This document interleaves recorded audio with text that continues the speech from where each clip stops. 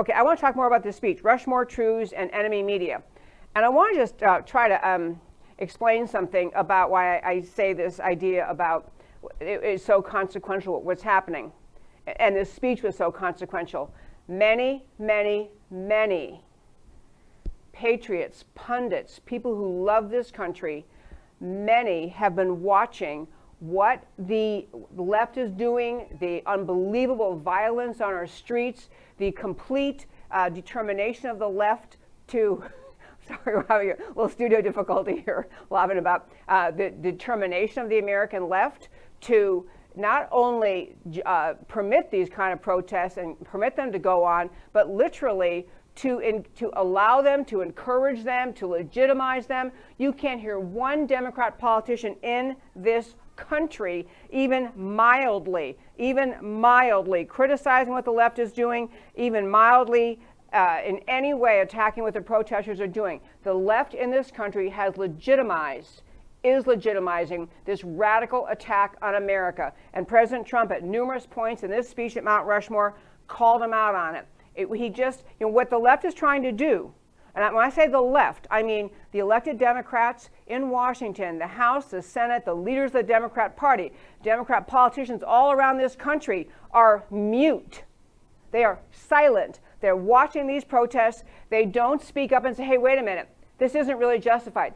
Hey, wait a minute, you're putting out signs about overthrow capitalism and we want socialism. You're putting out signs about communism. You have communists marching with Black Lives Matter. Not one leader on the left speaks up. Nobody. Dead silence. And their silence is because it's perfectly okay with them what these rioters and property destroyers and arsonists are doing. But I want to hit a bunch of clips. So I think it was just an extraordinary and I want to just say one more thing about Trump before I go into the various clips I want to play and then talk about. This was a seminal, a big and important decision within the Trump administration. At this time, it's July 4th, a national holiday, a holiday dedicated to celebrating the Declaration of Independence. It was a big decision. It was a potential for a big decision within the White House to say, you know what? Maybe if we gave these rioters a little bit of wiggle room, maybe if we said, things aren't perfect, we understand, we're sorry about our past, we're sorry about various incidents that have happened, we kind of feel bad about this, let's work together. There was an opportunity, there was a choice made, should the president, in his remarks to the nation on this just fabulous evening, July 3rd in front of Mount Rushmore, should he go ahead and kind of, apologize, hand over the olive branch. You're right. Let's talk about socialism in America. Maybe we should open up our country to socialism. You're right. America as founded is racist, because this is part of what the Black Lives Matter movement is saying. It was Antifa is saying. It's what the Democrat Socialists of America are saying. All of them are saying America as founded is racist. America as founded is unacceptable. America as founded must be overthrown. This is the message of the left in this country. And President Trump could have said, or he and his advisors could have sat around talking about saying, well, you know what? Maybe we need to compromise a little bit. Let's admit America's not that great. Let's admit the ideas are kind of, they maybe were cool back in 1776, but they're really wrong now. All of that, those are ideas. Honestly, you could probably hear some even allegedly Republican constituents argue. You could imagine Republican consultants saying, why don't we compromise a little bit with these people? Maybe we can talk them into a deal. But the brilliance of this speech, and why I'm so grateful that President Trump gave the speech he did, is because he recognized the same concept that Ronald Reagan said decades ago: you can't negotiate with terrorists. The left in this country, the protesters, the marchers, the rioters, the property destroyers, the arsonists, they are behaving as terrorists.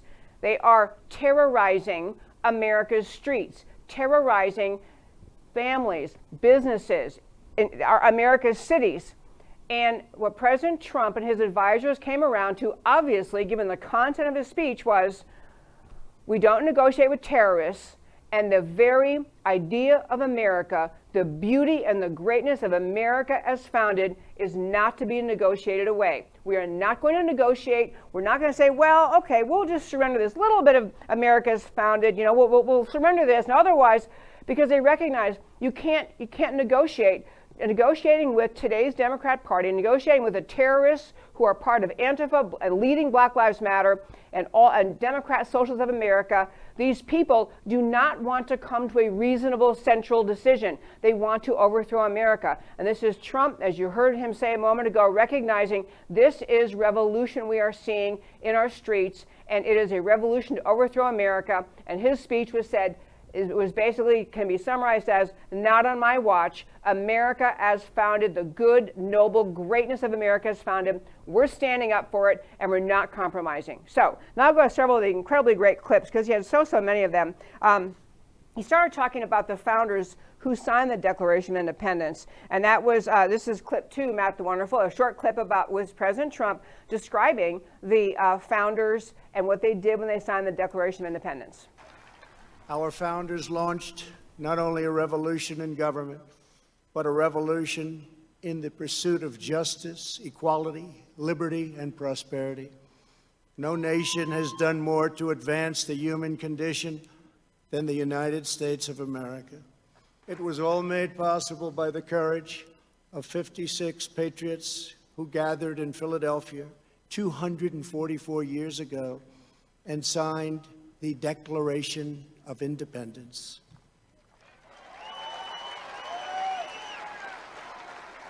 They enshrined a divine truth that changed the world forever when they said, all men are created equal. These immortal words set in motion the unstoppable march of freedom.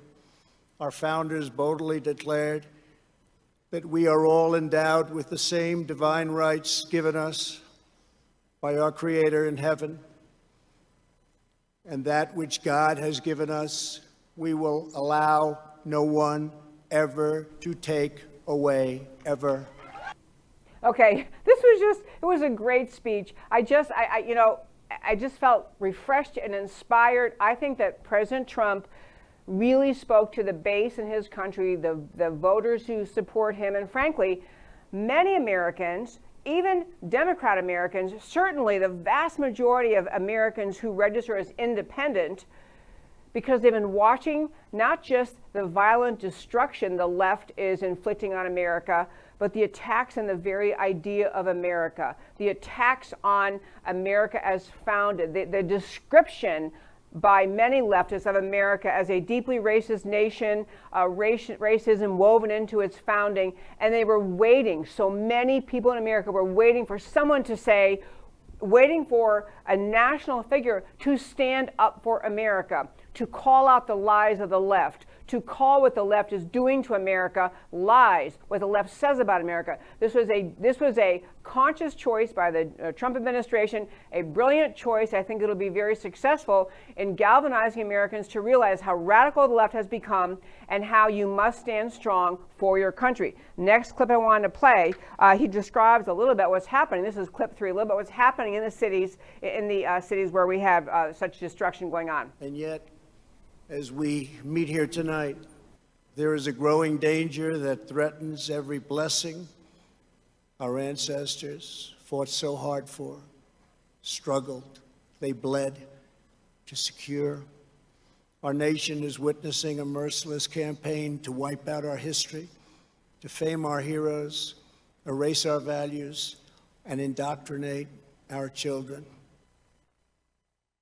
I loved that. I love that he had the courage to call all of that out. It's amazing, people, if you listen to my show very often, I talk about this a lot. There's that thing that happens, like in psychology, they talk about the idea that, if you clobber people with a brand new idea, and all of a sudden everyone thought this, and all of a sudden a new idea comes along, people, they recognize it as a new and challenging and perhaps really bad idea. So they revolt. They said, wait, no, we're not doing that. That's wrong. We're not doing that.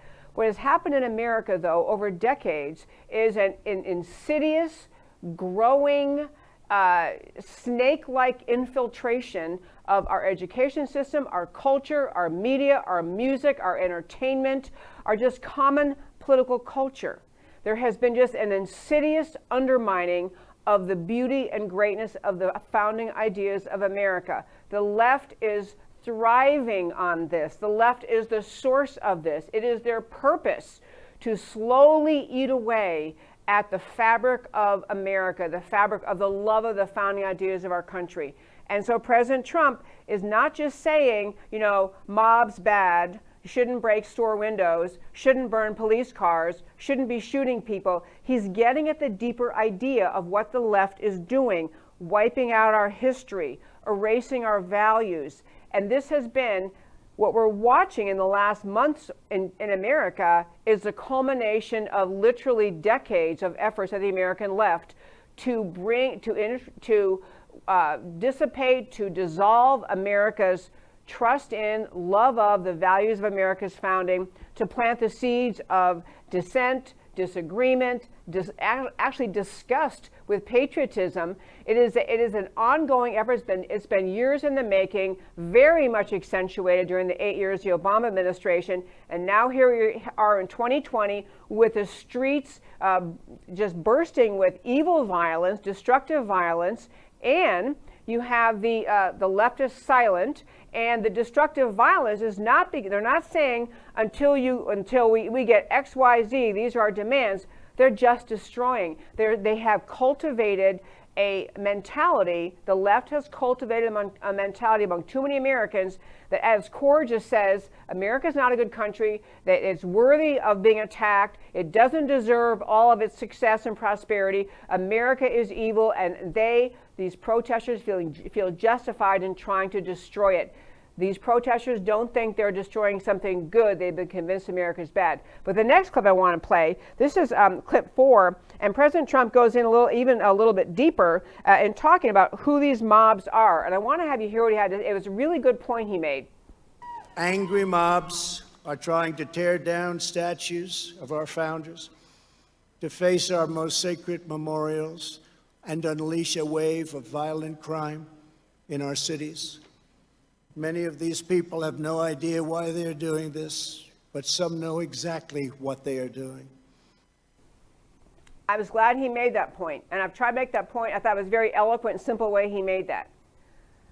Leftists who are organizing this I Hate America effort that has been going on for decades, where leftists have infiltrated public school curricula, infiltrated college campuses, grad school campuses, academia generally, with the notion that the founding ideas of America are evil, that America at its core is an evil racist country, that capitalism and freedom are actually evil things, that socialism and communism are the better ideas. Academics have been working and working to instill those ideas, and leftists in this country have been working to instill those ideas in our young people. So we have a generation now coming out of schools who actually think they're proving they're well educated because they hate America. They hate freedom, they hate America's history, they hate America's founding ideas, founding documents. They think they're doing something right. But President Trump had a great point. The leftists orchestrating all of this, they do know what they're doing. They do understand. But the vast majority, I would say a significant majority of the protesters in the streets in the cities, they don't even think they're part of a revolution. They don't think they're part of overthrowing America. They have been taught to hate America. They are given marching orders. The latest incident that was a horrific incident, that the killing of George Floyd in Minneapolis was a horrible incident. But they get triggered by that, and they're out in the streets marching and protesting and smashing windows and lighting cars on fire and firing off guns. And if you ever could sit them down in a room without anyone to coach them and say, why are you doing this? Why are you so angry? Why do you hate America? They have no idea. They have no idea. They've been taught this. That's why I say it's insidious, it's subtle, and yet I love that President Trump made the point that just because many of these protesters are innocent, and they are, doesn't mean that the leadership of Antifa, Black Lives Matter, and Democrat Socialists of America, these left-wing forces, they are not innocent. They don't get a pass. They are not innocent. They are not well-intentioned. They are not just simply trying to stand up for justice and truth in the American way. These are people dedicated to the destruction of America. The founders of Black Lives Matter are Marxist. The agenda of the Black Lives Matter movement is nothing to do with bringing equality for black citizens in America. Let me say that again. The Black Lives Matter movement, the actual organization, has absolutely nothing to do with trying to bring racial justice to America. It is a Marxist, destroy America movement, and I love that President Trump made that point. He goes on to say more, which things I was alluding to a moment ago, and so Matthew, wonderful, we can go with clip 5. No, clip 5. One of their political weapons is cancel culture, driving people from their jobs, shaming dissenters, and demanding total submission from anyone who disagrees. This is the very definition of totalitarianism, and it is completely alien to our culture and to our values, and it has absolutely no place in the United States of America. Again, saying the things that literally so many people on the conservative side, pundits, talk show hosts, bloggers have been saying, the leftists in this country are the totalitarians. The leftists in this country are the fascists. The leftists in this country are the ones shutting down all conversation, shutting down everything, what is supposed to be the normal way in which Americans discuss issues, get to solutions. The left has become this cancel culture term he used. I'm sure most of you heard that idea, but it's the idea that if they want to destroy someone, anyone, they can find one thing that person has said or done in their past, one thing that now is not acceptable, not appropriate, not agreeable, not allowed by the leftist totalitarian tyrants who are really leading this cultural leftism in this country. They find one statement and that person's done.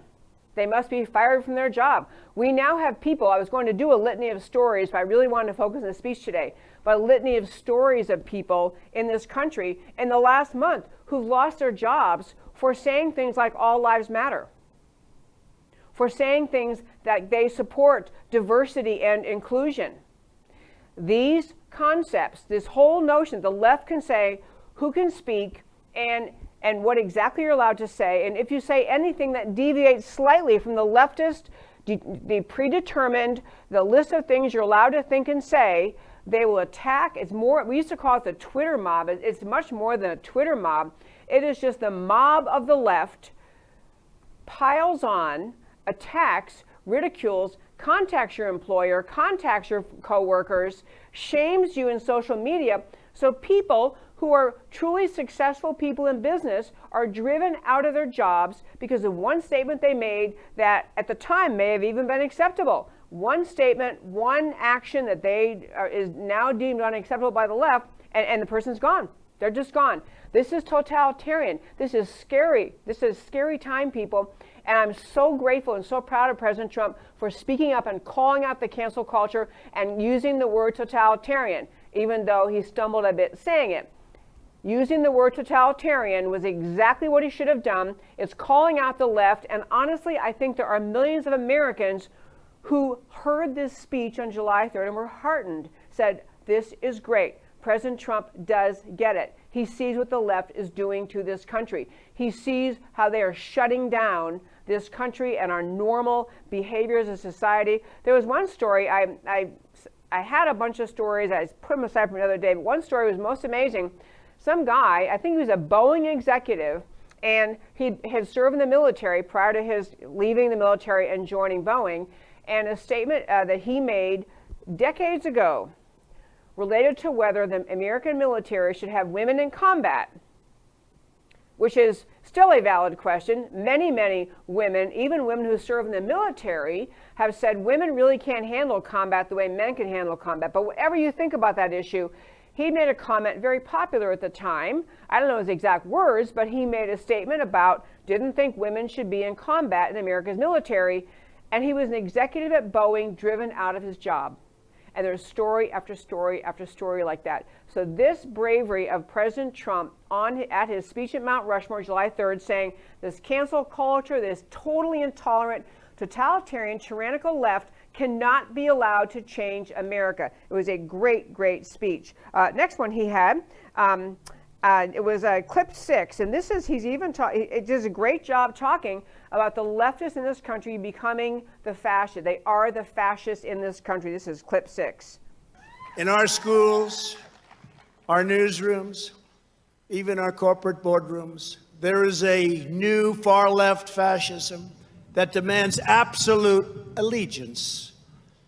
If you do not speak its language, perform its rituals, recite its mantras, and follow its commandments, then you will be censored, banished, blacklisted, persecuted, and punished. Bravery, folks. These are things not many conservatives will say. You can hardly think of someone. Think of any Republican, House member, Senate, member of the Senate, former official, former elected official.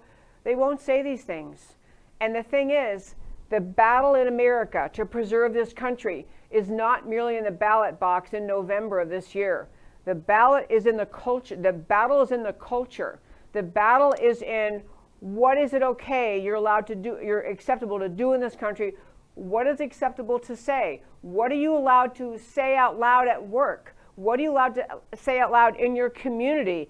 What are you allowed to put down in writing, in a blog post or online? What are you allowed to say? We have let the left, this country, because we are polite and we're nice and we don't want to be mean and we definitely don't want to be called racist or all the other words the left hurls at anyone who dares speak up and challenge them, we have allowed the left to take over the culture.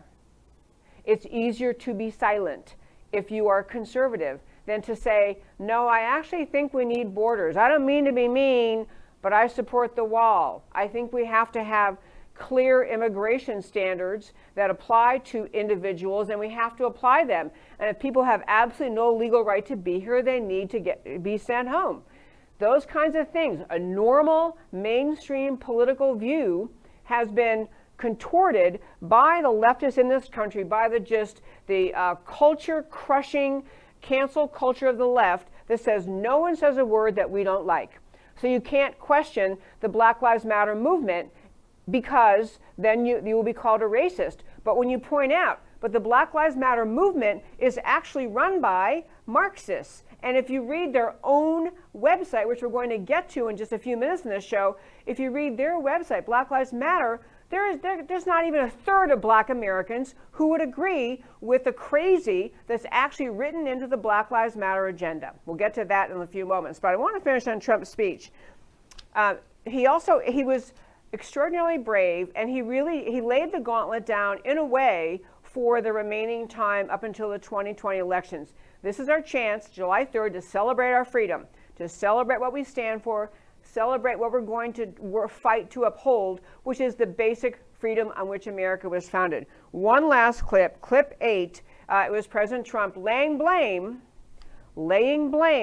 at the feet of the people who deserve the blame for this destruction of our culture. The violent mayhem we have seen in the streets and cities that are run by liberal Democrats in every case is the predictable result of years of extreme indoctrination and bias in education, journalism, and other cultural institutions.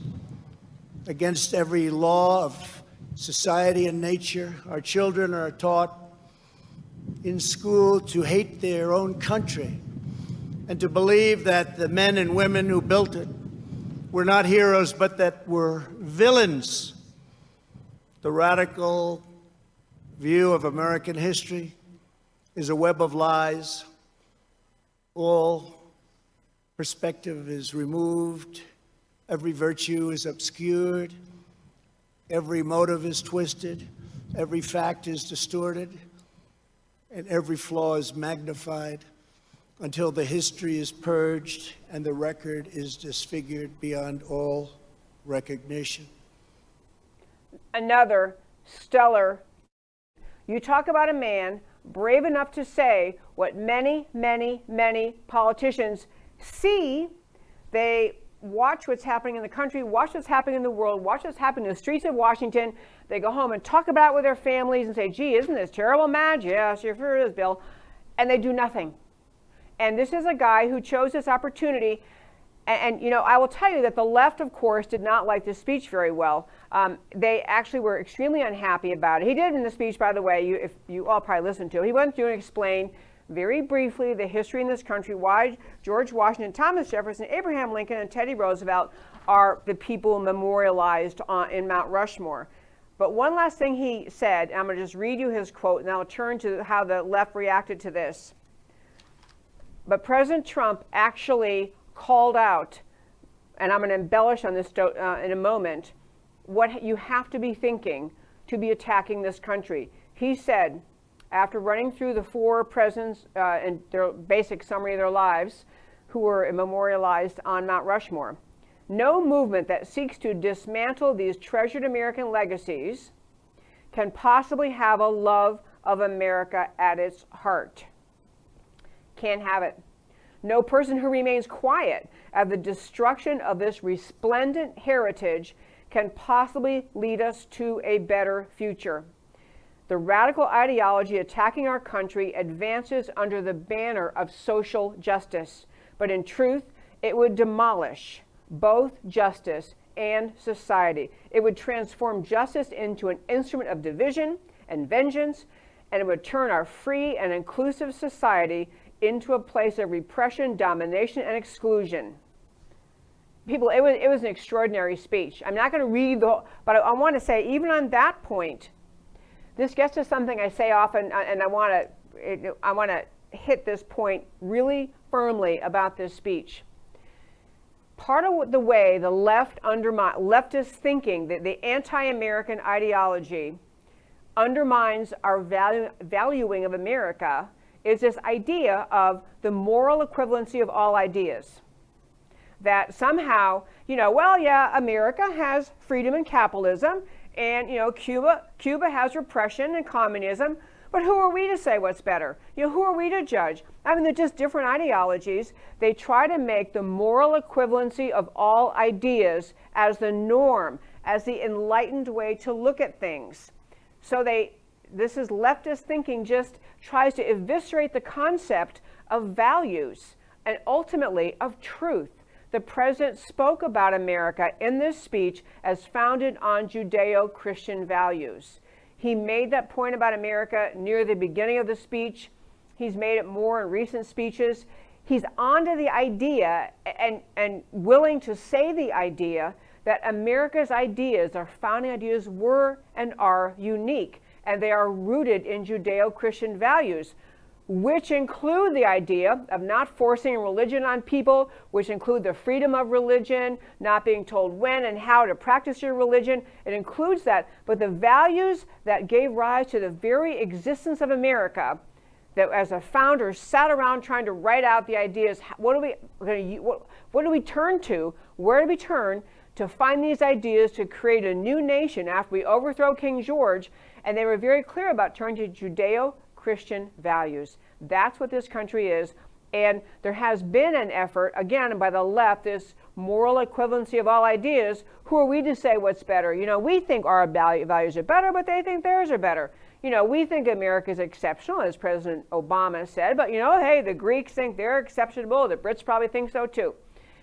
It is not that you're saying that every person in America is a better person than anyone else in the world. It's not about the people in America, although our values created many, literally thousands of noble Americans in our history. But it's the very ideas themselves that founded America. The reason I do this show, the point of my show, and so often we talk about, is the very ideas themselves, and they are better. They are better. A country rooted in Judeo-Christian values is better than a country rooted in Islamic repression. A country rooted in freedom of the individual is better than a country rooted in the Marxist, socialist, communist idea of control of the individual by the state. A country rooted in capitalism and free markets and entrepreneurship is better than a country rooted in communism and government ownership and control of the economy. America got it right at the founding. That's what Trump said. And he's right. And millions of Americans know that he's right. And now I want to hit on very briefly the media's reaction to this. I do have a couple other stories today, but this speech was so important. I can't urge you strongly enough. Listen to it or read it if you don't feel like listening. It's faster to read it. And both are up at our website. But he really laid the marker down that he is the one who's going to defend the idea of America.